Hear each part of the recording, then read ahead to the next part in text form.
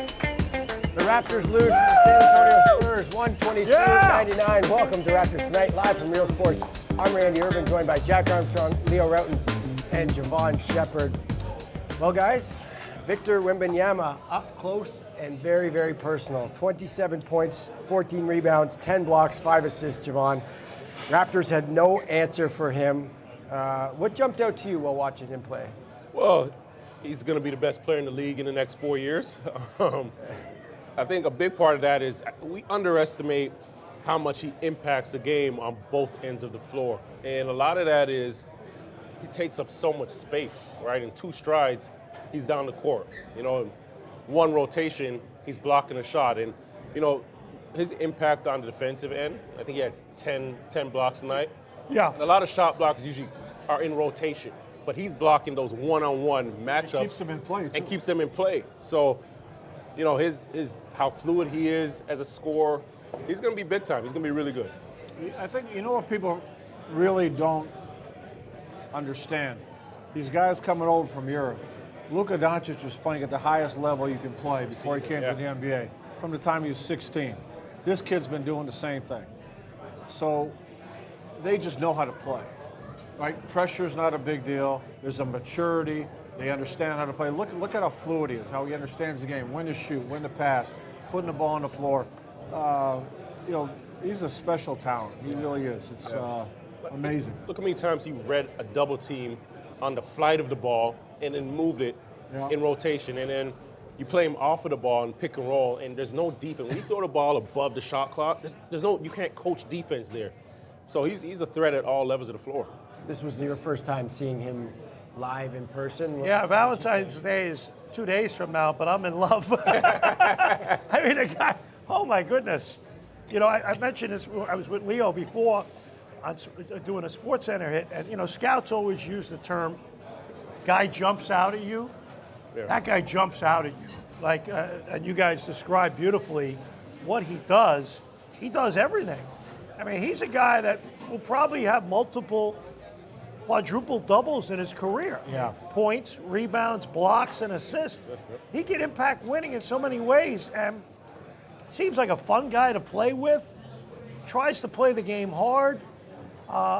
It's just, I was really, really super impressed. I'm kind of speechless in a lot of ways because I'm like, and the thing about his shot blocking, you make a great point. He'll block it guarding the ball. Yeah. He'll block it as a weak side defender. And not only has he got incredible length, as we know, he's quick off his feet, too. Yep. Like, he's not where he has to, you know,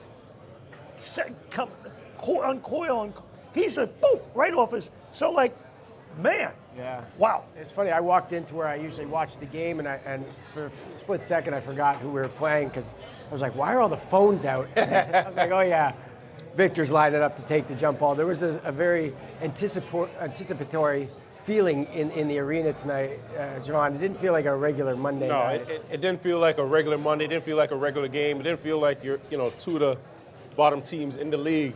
But I say that as well to say it's impressive how mature he is. And Leo, you touched on it as well.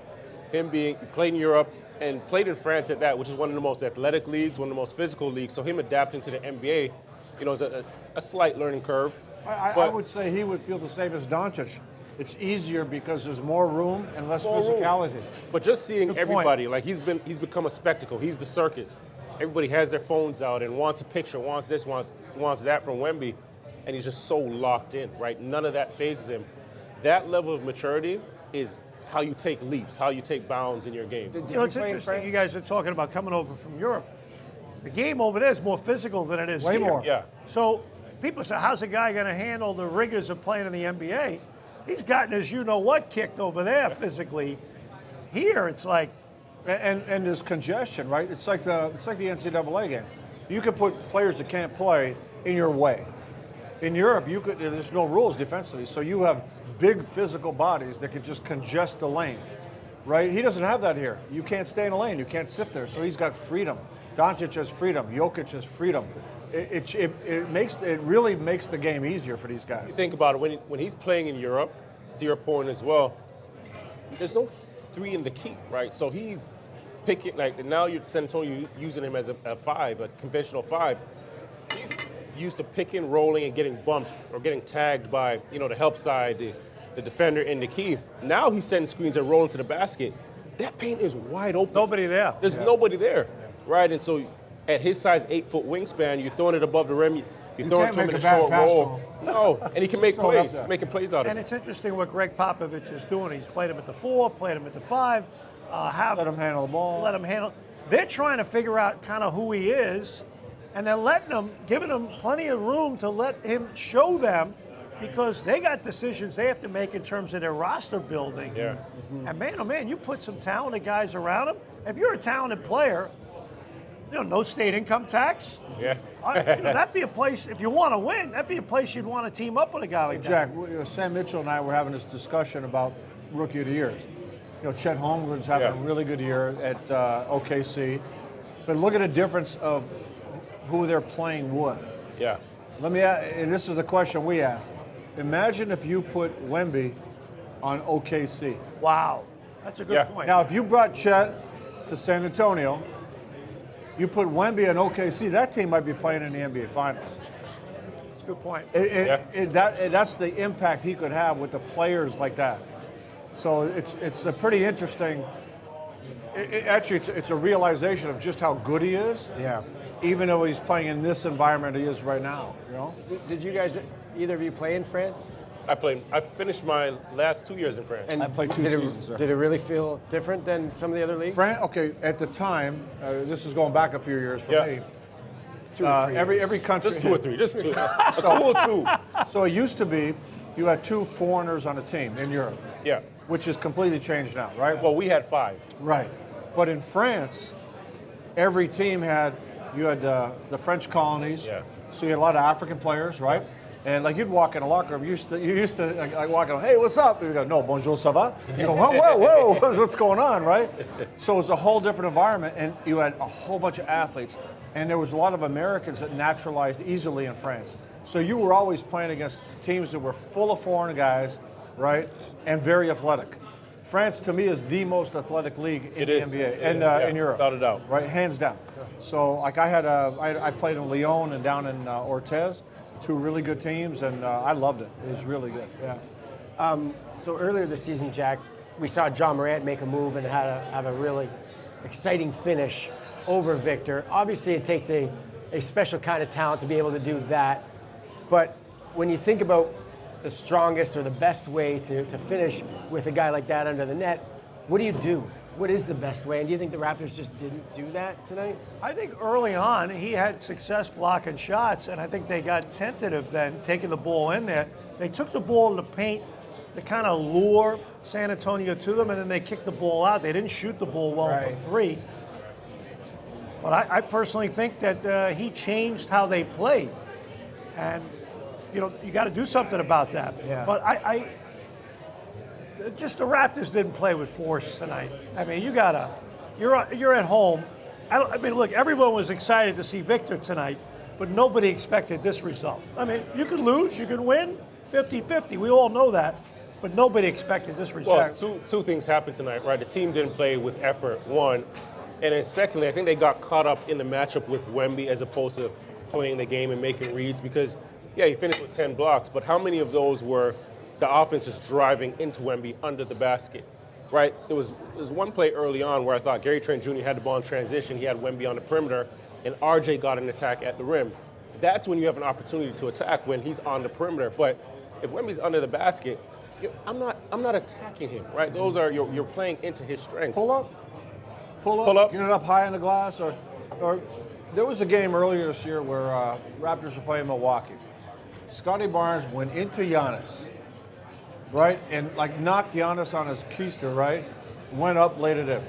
He got blocked 2 consecutive times against Wemby trying to just go up over him. You can't do that. If you give any shot blocker space, he's got a clean jump. You go into the body, it's not a clean jump. And I've seen him do it that way, but everybody kind of gave Wembanyama many opportunities to block shots because all you do is go straight up. And I think when Darko went with Kelly at the 5, Pops did a good job of subbing out Wemby at that point. Correct. So you can't go with the 5-out offense, and Kelly stretch the floor and get him away from the rim. And the guard play tonight, Quickly and Trent, the starting backcourt, they struggled. Yeah. And against a team like this that you're having a hard time scoring at the rim, you need your perimeter people to be really sharp. I thought, you mentioned Kelly, he and Gradey Dick, I thought in the second unit came in and gave you the ability to space the floor a little bit more and a lot of movement and cutting. But the starting backcourt just struggled tonight. Well, you're getting a. Go ahead, Jevohn. And the thing is this, right? Nobody's expecting this team to win 40, 50 games, right? It's clear that you're developing and clear that there's a retool, rebuild. But I think there's going to be a lot more pressure on Coach Darko to coach these guys up, right? Sometimes when you hear developing players, you're thinking skill. You're thinking, we want to improve their shooting, their ball handling. But you've got to coach them every possession right now. You've got to coach these guys to play intense, right? Every quarter, every minute, every game. And that's where we've got to see a bit more consistency with this young group, is the intensity that they're playing with. And we've seen a lot of early timeouts, right? A lot of them. What about it early? Okay, you're not going to play. You're not going to play in a play. Sit down. Who's coming in? Right? Set the tone. Either you're going to play hard or you're going to sit. Yeah. Now, you're limited because you're youthful, right? It's a lot easier to do when you got some older guys. You can say, okay, You you're not can going to play hard, though. Yeah. That's one thing that you...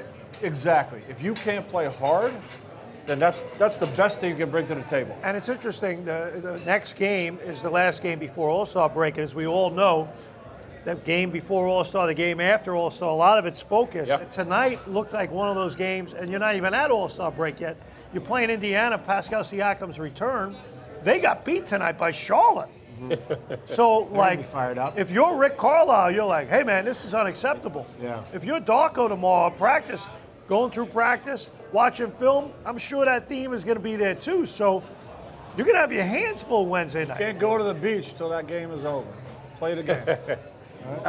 But on that point, Grady's put together a bunch of good games now in a row, Jevohn. What are you seeing from him? It looks like his confidence is at an all-time high. His confidence is at an all-time high, but more than anything, he's adjusted to the speed of the game, right? And that was the biggest thing for Gradey. He's 6'7", right? This is probably the first time he's had like-sized defenders closing out on him, rotating with this level of athleticism and speed. So the time he spent in the G League, right? G League is an NBA level, but it's NBA speed, NBA athleticism. And he's done a good job of adjusting, adapting, and just mixing up what he's doing. The threes, coming off of wide pin downs and taking that one dribble, pulling up. So his confidence is growing. This is where he should be right now, right? He's right on pace. He's exactly what you thought he was going to be the way he's playing. Hey, you know what, Shep? I've talked to a lot of shooters that come in. Boom. If you can't guard, you're not going to make shots because you're going to be sitting on the bench. Because teams are coming at you, right? They're going to test you. And I've noticed a big jump since his G League experience, how he's handling things defensively. That allows you to stay on the floor and make shots. And it's so important for young shooters to understand. You can't shoot if you're sitting on the bench. And coaches don't want, if you're going to get exposed, it's going to be a short run, sit down. Short run, sit down. So he's really helped himself stay on the floor, what he's doing at the other end. And he's making open shots. Yeah. Because for a guy like him, you got to make open Yep. shots. Because a guy like him isn't going to make the fully contested shot. Those are superstar shots. Semi occasionally, ball comes to you, you're open. That's got to be a layup. Yeah. And there's a lot of guys, sadly, in this league right now, with a league filled of the point of emphasis is shoot the three, that can't make open shots. Yeah. And that's a huge problem. And for him, he will have a job and make a lot of money if he does that and does what you said. He's also sticking, despite all the criticism he took early, he's also sticking to what he does well. Right. Yeah. There's a number of guys that were drafted higher, that were more They try to talented, do too much. Trying to do too much, and they're out of the league, right? So if he does what he's supposed to and sticks to that, and you gain confidence in that, you have a long career, you get paid, and you have a role. The NBA is made up of superstars, role players, and specialty guys. Yeah. That's it. We're all role players here. I was gonna Randy, say, I was gonna say, Randy's a I'm- franchise player. He's a I'm a franchise specialty player. guy. He's a franchise. I'm I don't know specialty. about that, Jevohn. You guys get rebounds. Role players. All right, with that, let's bring in our fan of the night. Please give a round of applause for Corey Fung. Corey, come on in, buddy. All right, woo! Have a seat. All right. What's up, man? Take that microphone. What's up? How you doing? Leo, boss. Jevohn, Jack, Pleasure. Corey. Meet you. Hey, Corey. What's up, man? How are you? I'm good. You have a question for the panel? Yeah, so if you're Coach Darko, What do you say to your team after a loss like this? Well, it's a family show. Now, that's how I used to coach, but this is the NBA. It's a little different. But I would say some salty language probably is part of my message. And also, you either make them watch a whole quarter, or you maybe take 10, 15 clips of plays that you go, this is unacceptable. This is unacceptable. And you get a little salty and you get a little nasty. But the challenge is too, you've turned your roster over. You need some help from internal leaders. And look, I love Garrett Temple, but he's not out there on the floor playing. You need the guys, and you guys know this better than anybody.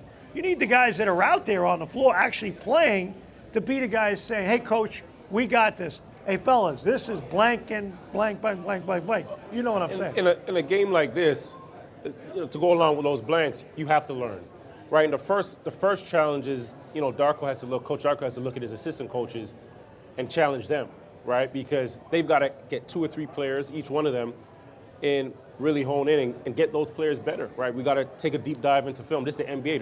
You don't have the luxury of practices, practice after practice. But Jack, to your point, there's been, some turnover in the roster, so you've essentially had to reteach your systems, your schemes, and so forth over the last month and a half. You've had essentially 3 training camps, but the challenge starts with the assistant coaches first, and now we got to turn to our players. These guys got to get better. We've got to improve. And you can't overlook your best player, which is Scotty Barnes, the guy you've committed to.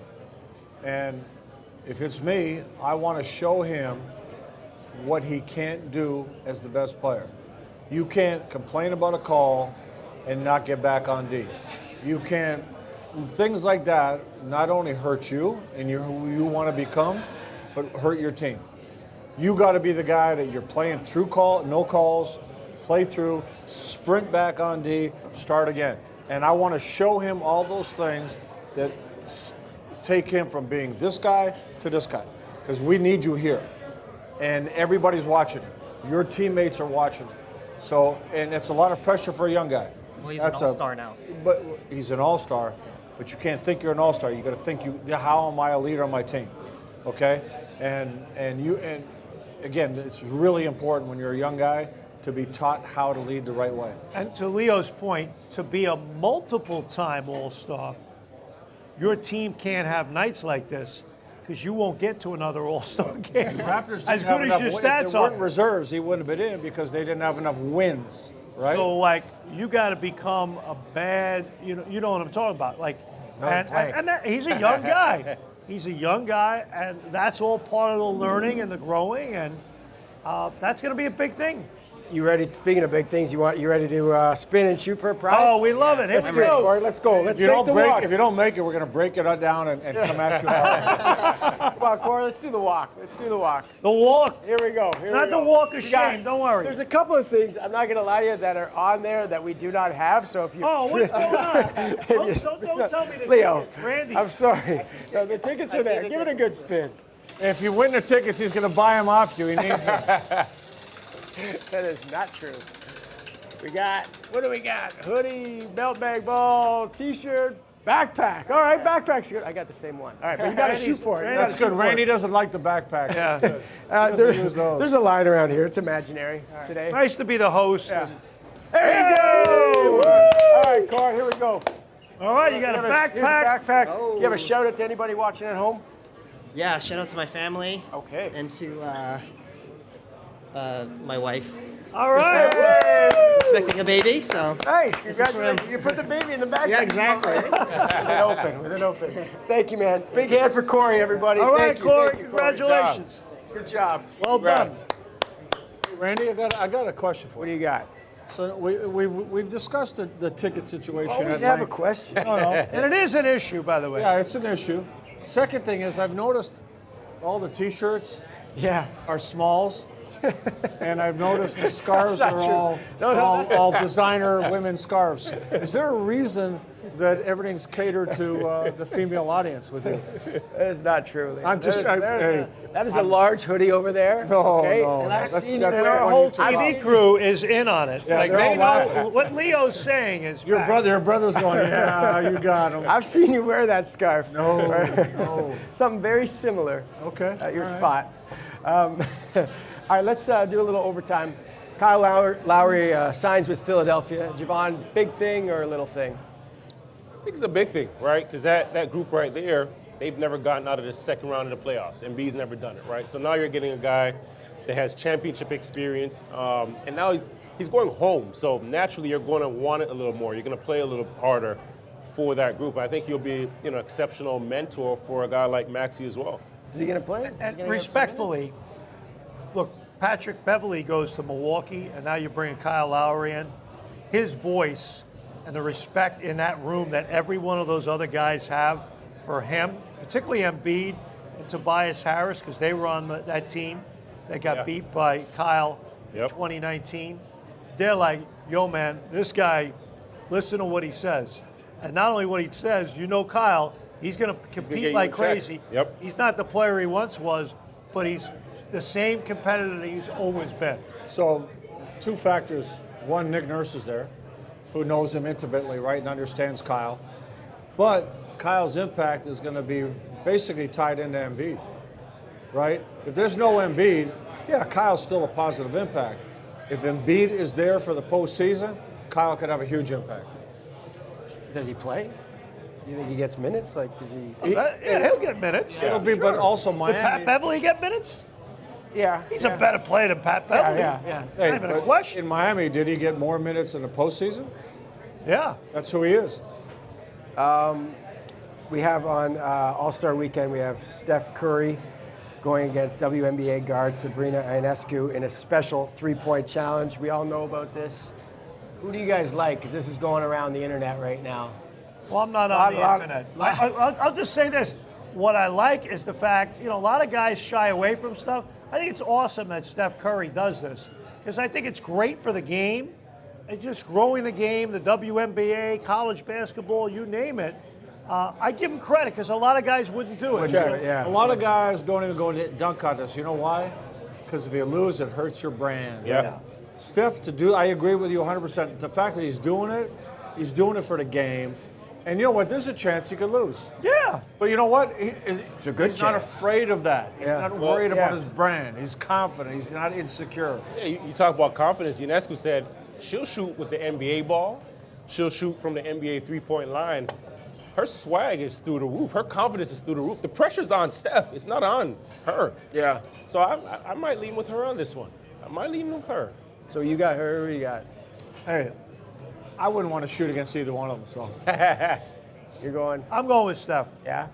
I think I'm going to go with Sabrina. Yeah. Yeah, I think like you said. that was a waffly. No, there's more pressure on Steph for sure. There's a lot more pressure on Steph. All right, next game for the Raptors is Wednesday versus the Indiana Pacers. Tip-off at 7:30 p.m. Eastern. Don't forget, after the game, come on by. Happy Real Sports Valentine's Day. Randy's going to be giving and out a be lot part of the gifts. show. Thank you for watching, Rose heaven. and we'll see you next time.